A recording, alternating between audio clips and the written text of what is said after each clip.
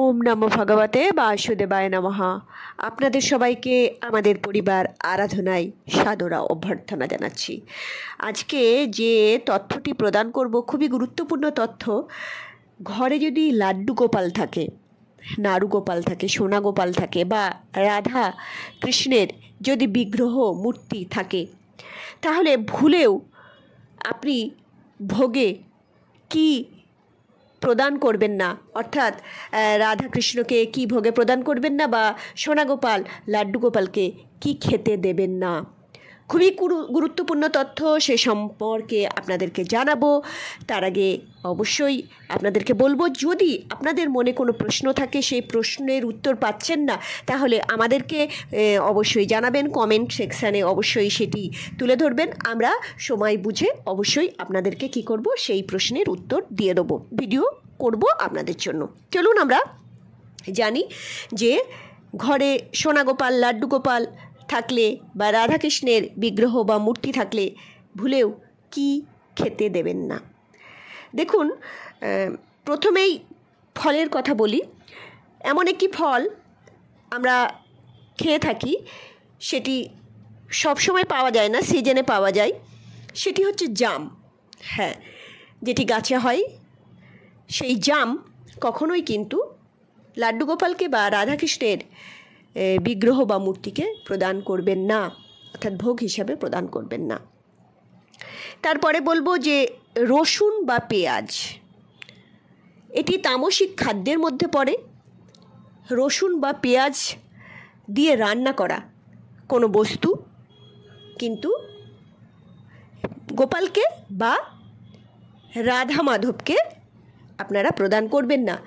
পৃথিবীতে এরকম অনেক মানুষ আছেন, তাদের বাড়িতে, কেননা কমেন্ট সেকশানে কিন্তু এরকম কমেন্ট করেছিলেন যে মাছ মাংস পর্যন্তও নাকি তারা লাড্ডু গোপালকে নাড়ু গোপালকে প্রদান করেন, কেননা বাড়িতে বাচ্চার মতো দেখেন, বাচ্চাকে নিজের বাচ্চাকে দেন, তাই গোপালকেও দেন।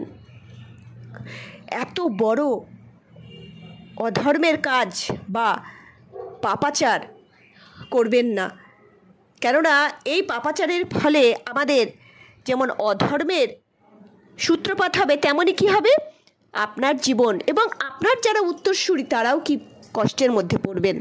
তাই অবশ্যই এটি করবেন না। মুসুর ডাল বা মুসুরির ডাল, এটিও ভোগে প্রদান করবেন না। বেগুন, ঠিকই শুনেছেন, বেগুন কিন্তু প্রদান করবেন না। অনেকে বেগুন ভাজা ভোগে দেন, কিন্তু শাস্ত্রে পরিষ্কার লেখা আছে যে বেগুন প্রদান করা উচিত নয়। সাদা বেগুনের কথা বলা হয়েছে, কেননা এই যে বেগুন, এই বেগুন যদি আপনি একবার ভক্ষণ করেন, তাহলে এর বীজ 27 দিন আপনার পেটের মধ্যে থাকবে, এবং এই 27 দিন যদি আপনি কি করেন, 27 দিনের মধ্যে যদি আপনার মৃত্যু হয়, তাহলে কিন্তু অধোগতি লাভ করবেন, যতই আপনি পুণ্য করুন না কেন, কেননা এই বীজের এমনই প্রকোপ। তাই আমরা নিশ্চয়ই কেউ অধোগতি লাভ করতে চাই না।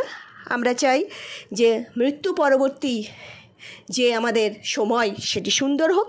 তাই বেগুন অবশ্যই প্রদান করবেন না, কারণ আপনি যেটি প্রদান করছেন ভোগ হিসাবে, সেটি প্রথমে ভোগ হিসাবে আপনি লাড্ডু গোপালকে বা আপনি রাধা মাধবকে প্রদান করছেন, কিন্তু তারপরে তো সেটি প্রসাদ হিসাবে পাবেন, তাই না? তাহলে সেই প্রসাদটা তখন তো কি হয়ে যাবে, সেই প্রসাদটা আর কিন্তু শুদ্ধ সত্য অনুযায়ী আর থাকছে না, কেননা এটা অশুদ্ধ প্রমাণিত, তাই এটি প্রদান করবেন না। দেখুন, হিং নিয়ে কিন্তু বিভিন্ন মতামত আছে। যেমন বৃন্দাবনের যেমন বাঁকে বিহারিতে এই হিং প্রদান করা হয়, কিন্তু ইস্কন, আপনারা জানেন সারা বিশ্ব জুড়ে ইস্কন আছে, ইস্কনে কিন্তু হিং প্রদান করা হয় না, তাই এটিও বর্জন করবেন। গাজর, দেখুন গাজরকেও কিন্তু বৈষ্ণবদের মধ্যে ব্রাত্য করা হয়েছে, অর্থাৎ গাজর কিন্তু প্রদান করা হয় না, কিন্তু আপনারা দেখবেন যে ইস্কনে প্রদান করে। তাই আপনারা অবশ্যই বলবো, যে মত অবলম্বন করছেন বা আপনি যদি শুদ্ধ বৈষ্ণব হতে চান, অবশ্যই এটি প্রদান করবেন না। তাহলে বলবেন যারা ইস্কনে এর ভক্ত বা ইস্কন থেকে যারা দীক্ষা নিচ্ছে, তারা কি শুদ্ধ বৈষ্ণব নয়? না, কন্ট্রাডিকশন বা মতভেদে আসছি না, এটা আপনার রুচির উপর নির্ভর করছে, কিন্তু গাজর একদম যদি আপনি শাস্ত্র মানেন তাহলে কিন্তু ব্রাত্য অর্থাৎ এটি প্রয়োগ করবেন না ভোগে। এরপরে বলবো মূলো। মূলো আপনি দিতে পারেন, কেননা এটাকে শুদ্ধ খাদ্য বা সাত্ত্বিক খাদ্য হিসাবে পরিগণিত করা হয়, তাই এটি দিতে পারেন। অতিরিক্ত মশলাজাত খাবার ভগবানকে প্রদান করবেন না। আরেকটি কথা বলে রাখি, অতি কষা, অতি টক, অতি ঝাল, অতি মিষ্টিযুক্ত খাবার কিন্তু স্বয়ং গীতাতে শ্রীকৃষ্ণ বলেছেন যে এগুলোও কিন্তু তামসিক খাবারের মধ্যে পড়ে যাচ্ছে, অতিরিক্ত। ঠিক আছে, তাহলে এগুলো প্রদান করবেন না। দুধ আপনি প্রদান করবেন, ভাত আপনি প্রদান করতে পারেন। কোল্ড ড্রিঙ্কস অনেকে আমরা খাবো, আমাদের পঞ্চ ইন্দ্রিয়কে আমি কি করতে পারবো না, নিয়ন্ত্রণ করতে পারবো না, তাই আমি কি করব, আমি কোল্ড ড্রিঙ্কস দিয়ে দিলাম গোপালকে বা রাধা মাধবকে, দিয়ে সেটি প্রসাদ পেলাম না, কখনোই না। আপনার যেটা পঞ্চ ইন্দ্রিয় চাইছে, আপনার যেটা ইন্দ্রিয় চাইছে, সেই ইন্দ্রিয়কে আপনি কি করতে পারছেন না, তাকে সংযত করতে পারছেন না, তার আর যে ইন্দ্রিয়ের যে ইচ্ছাটা, সেই লোলুপতাটাকে সংবরণ না করে আপনি মনমানি করছেন, আপনার যা ইচ্ছা আপনি ভগবানকে প্রদান করে সেটি প্রসাদ হিসাবে পাচ্ছেন ভাবছেন, সেটি কিন্তু অপরাধযুক্ত ক্রিয়া হয়ে যাচ্ছে, তাই কিন্তু এটি করবেন না। ক্ষীর আপনি প্রদান করতে পারেন। ক্ষীর মানে যেটাকে আমরা পরমান্ন বলি, পায়েস বলি, সেটি অবশ্যই প্রদান করতে পারেন। যে মিষ্টিতে দেখবেন সিলভারের রাংটা দেওয়া থাকে, সেটিও কিন্তু গোপালকে বা রাধা মাধবকে প্রদান করবেন না। সব থেকে ভালো হয় কি জানেন তো, দেখুন মিষ্টির দোকানে যে মিষ্টিগুলো বানানো হয়, কে কীভাবে কতটা শুদ্ধতা আর মধ্যে দিয়ে মিষ্টি বানাচ্ছে আপনি তো জানেন না। তাহলে নিজে হাতে যদি কোনো কিছু বানাতে পারেন না, তার মধ্যে শুদ্ধতা থাকবে, পবিত্রতা থাকবে, একনিষ্ঠতা থাকবে, আপনার মধ্যে ভগবানের প্রতি একটা নিবেদিত প্রাণের একটা উচ্ছ্বাস থাকবে, একটা আকুতি থাকবে, একটা ভালোবাসা, একটা ভক্তি মিশ্রিত জিনিস আপনি যদি প্রদান করেন, সেটি কিন্তু শ্রেষ্ঠ হিসাবে ভগবান গ্রহণ করবেন। তাই বাজারের কেনা মিষ্টি অবশ্যই কি করবেন, প্রদান করবেন না। দেখুন ভগবান তো আপনার কাছে এসব চায়নি, তাই না? আপনি আপনার সাধ্য মতন যেটা বানাতে পারবেন সেটি দিয়ে করুন। ড্রাই ফ্রুটস যেটাকে বলা হয় পঞ্চমেওয়ার মধ্যে পড়ে, যেমন খেজুর, আখরোট, কাজু বাদাম, কিশমিশ, তারপরে পেস্তা, এগুলো বিভিন্ন যেইগুলো আছে, তারপরে আমন্ড, সেইগুলো আপনি প্রদান করুন, সেগুলোতে কোনো অসুবিধা নেই। চা, কফি, আবারও বলছি চা, কফি, অনেকে কিন্তু লাড্ডু গোপালকে দেন যে তুই খা, তারপরে না, চা কফি এগুলোতে কি থাকে, এগুলো আপনার ইন্দ্রিয়কে উত্তেজিত করার ক্যাফিন থাকে, তাই এটি কিন্তু কখনোই প্রদান করবেন না।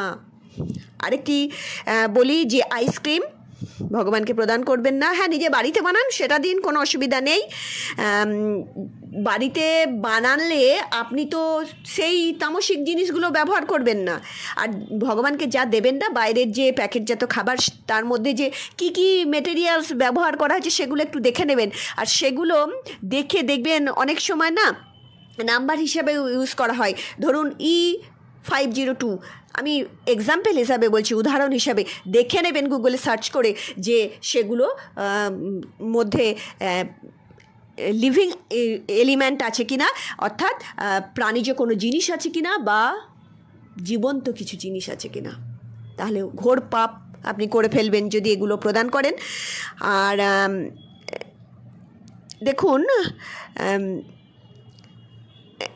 গাজরের হালুয়ার কথা যেটা বলেছিলাম, বা গাজর, সেটি দেখুন বাঁকে বিহারিতে দেওয়া হয় না, ইস্কনে দেওয়া হয়, আবার রাধাবল্লভ মন্দির আছে বৃন্দাবনে, সেখানে কিন্তু দেওয়া হয়।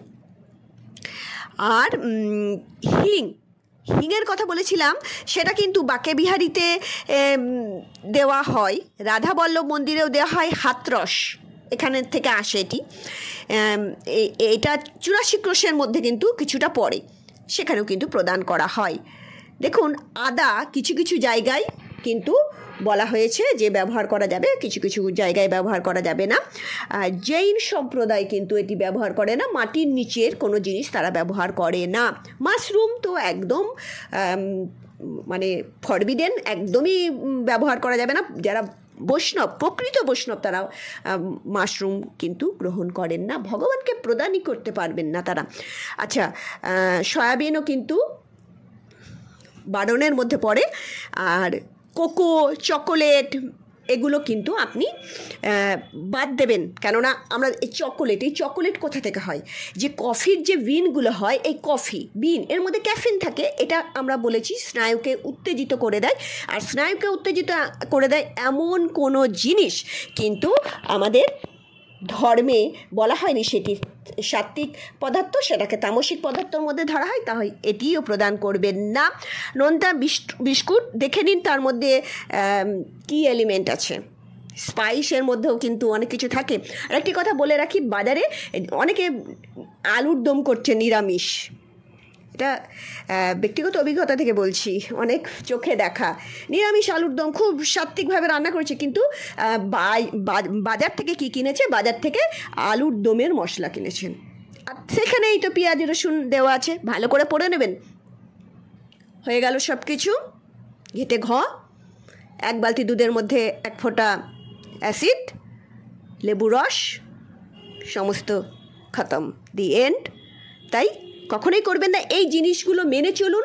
দেখুন, আপনি আধ্যাত্মিকতার অনেক উন্নীত স্তরে পৌঁছে যাবেন এবং দেখবেন, আপনি নিজে বুঝতে পারবেন যে ভগবান আপনার গৃহে অবস্থান করছে, আপনার হৃদয়ে অবস্থান করছেন, এবং আপনি তার সান্নিধ্য পাবেন, কৃপা পাবেন। আপনাদের জীবন ভগবানের কৃপায়, রাধা মাধবের কৃপায়, গোপালের কৃপায় সুন্দর হয়ে উঠুক, এই কামনায় করি। ভালো থাকবেন। ওম নমঃ ভগবতে বাসুদেবায় নমঃ।